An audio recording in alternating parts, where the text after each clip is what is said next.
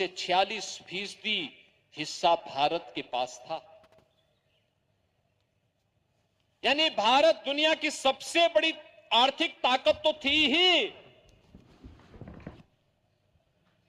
लेकिन उस आर्थिक ताकत में भी भारत का जो हिस्सा था वह 45 से 46% था। हमले जब होते हुए गए, जब टूट फूट शुरू हुई, हम आपस में बंटते गए, मत और मत के आधार पर, संप्रदाय के आधार पर, जाति के आधार पर, क्षेत्र के आधार पर, भाषा के आधार पर। कहां कहां तक ये चलेगा? ये हमले भी बढ़ते गए, लूटपाट भी बढ़ती गई,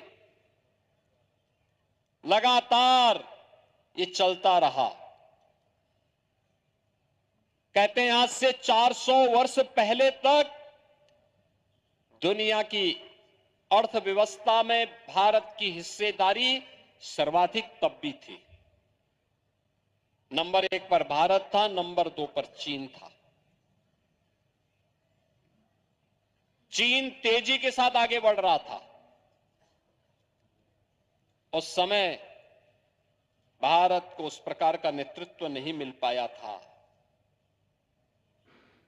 जो अपनी समृद्धि को और तीव्र कर सके। करता भी कैसे?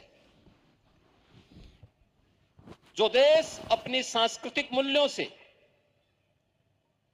अपने आध्यात्मिक मूल्यों से च्युत हो जाता है, अपने महापुरुषों पर गौरव की अनुभूति नहीं करता, अपने मूल्यों और आदर्शों से विरत हो जाता है, उसका वर्तमान भी सुरक्षित नहीं होता और उसका कोई भविष्य भी नहीं होता है। और यही सब कुछ हमारे साथ भी हो रहा था। चीन बढ़ रहा था, लेकिन भारत को उस दिशा में आगे बढ़ाना है, इसके लिए जो कोई प्रयास होना चाहिए था, नहीं हो पाया उस काल में।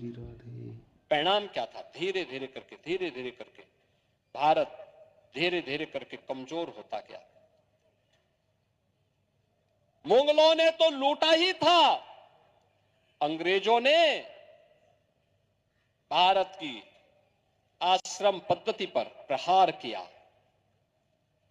उन्होंने यहां के किसानों को, जो उत्पादक था, उसको